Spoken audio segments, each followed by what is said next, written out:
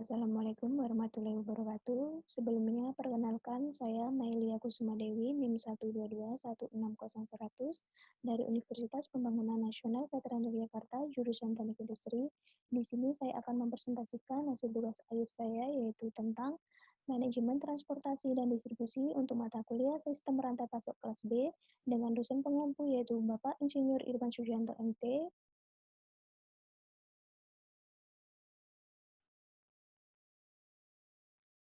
Yang pertama dapat saya sampaikan di sini adalah pendahuluan, yaitu tentang manajemen distribusi dan manajemen transportasi. Manajemen distribusi adalah manajemen yang mengatur arus barang dan jasa dari produsen ke konsumen agar tidak terjadi kelangkaan barang dan jasa di suatu daerah. Manajemen transportasinya itu sendiri adalah kegiatan pemindahan barang atau orang dari tempat asal ke tempat tujuan dengan menggunakan mode transportasi.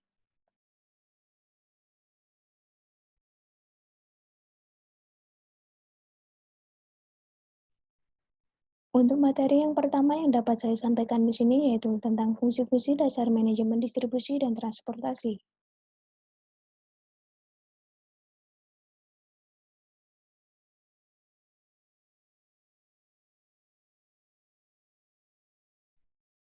Fungsi distribusi Fungsi distribusi dan transportasi pada dasarnya adalah menghantarkan produk dari lokasi di mana produk tersebut diproduksi sampai ke pelayanan konsumen.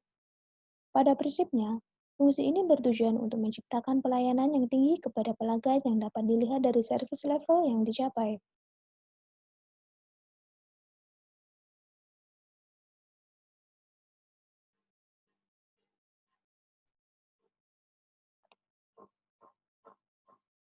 Manajemen distribusi pada umumnya dapat diketahui bahwa memiliki beberapa tujuan dalam fungsi manajemen.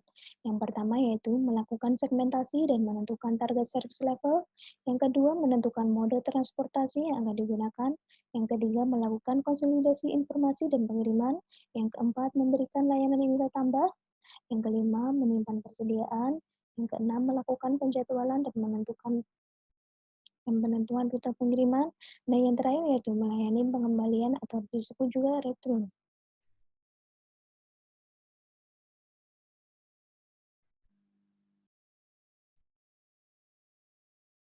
Yang selanjutnya yaitu untuk materi yang kedua yaitu strategi distribusi. Strategi distribusi adalah bagian dari strategi pemasaran yang berkaitan dengan upaya produsen agar produk sampai ke perantara dan pelanggan akhir. Tujuannya adalah untuk memastikan bahwa konsumen menemukan produk mereka dalam jumlah yang tepat pada waktu dan tempat yang tepat. Di sini saya dapat jelaskan dari gambar di sini ada 3 strategi, yaitu yang pertama direct shipment, yang kedua warehousing, yang ketiga cross docking. Dari ketiga strategi distribusi tersebut dapat diartikan sebagai yang pertama direct shipping. Direct shipping itu adalah pelayanan point to point dengan menghilangkan fasilitas perantara. Untuk yang kedua yaitu warehousing distribution. Warehousing distribution adalah strategi dengan menyimpan produk terlebih dahulu di gudang atau pusat distribusi sebelum akan dikirim kepada konsumen. Untuk yang ketiga yaitu cross docking.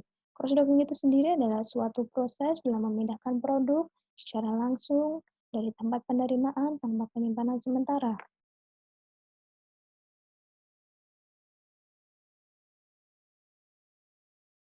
Untuk materi yang ketiga yaitu cross-docking metode inovatif dalam manajemen distribusi.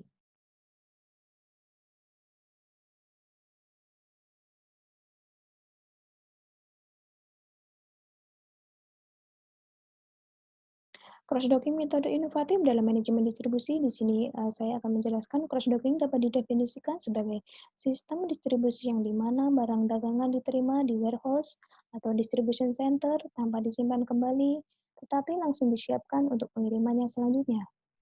Model ini berfungsi sebagai penyimpanan produk, tetapi sebagai transfer barang dari truk pengangkut ke truk penjemput. Di sini saya dapat contohkan seperti gambar di sini, yaitu alur dari cross-docking metode inovatif dalam manajemen distribusi.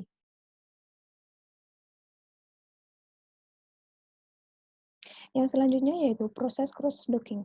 Dalam proses cross-docking ini ada dua, yaitu yang pertama, proses pocket cross-docking, yaitu kemasan yang dipilih oleh supplier berdasarkan pesanan dari toko yang kemudian diterima dan dibawa menuju outbound dock untuk digabungkan dengan kemasan yang sama dari supplier lain untuk dimuat ke dalam kendaraan pengiriman tanpa menggunakan handling. Untuk yang kedua yaitu intermediate handling cross-docking. Kemasan diterima lalu dibuka kemudian diberi label kembali ke dalam kemasan baru oleh distribution center untuk dikirimkan kembali ke toko.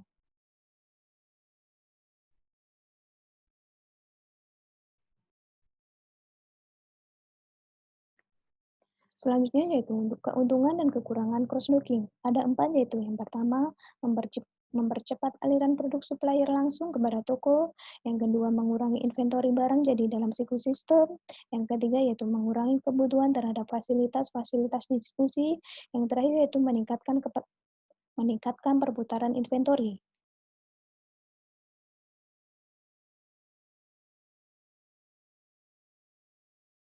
Yang selanjutnya di sini ada tantangan terberat dalam cross-docking.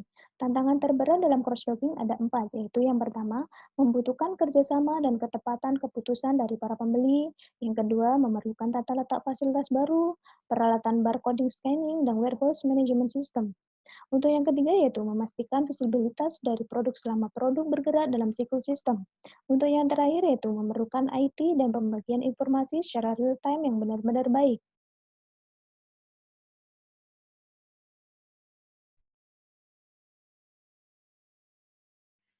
Untuk materi yang keempat yaitu tentang pengelolaan proses transportasi.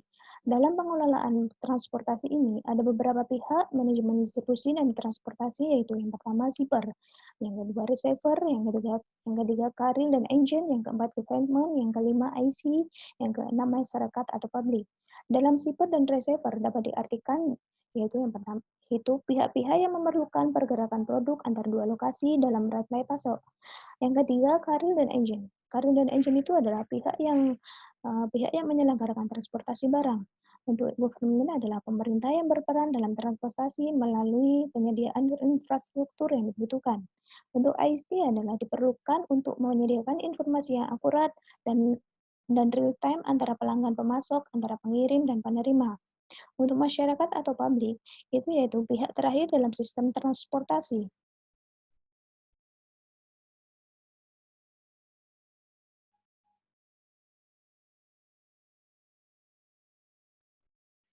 Untuk materi yang terakhir yang dapat saya sampaikan di sini yaitu tentang melakukan monitoring pengiriman.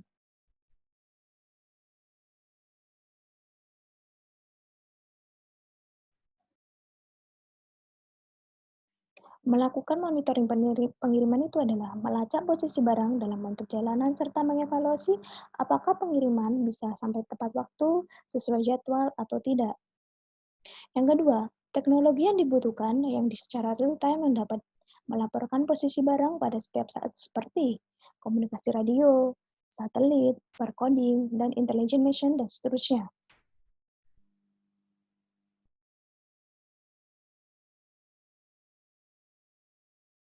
Yang selanjutnya di sini yaitu melakukan monitoring pengiriman. Ada beberapa manfaat yang dapat saya sampaikan di sini, yaitu yang pertama, perusahaan pengiriman bisa melakukan pemetaan posisi geografis armada mereka dalam suatu peta elektronik.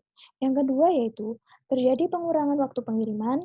Yang ketiga, bisa melakukan perubahan tujuan atau tempat. Yang terakhir yaitu perusahaan pengiriman maupun pemesanan bisa mendapatkan kepastian yang lebih tinggi terhadap kedatangan barang.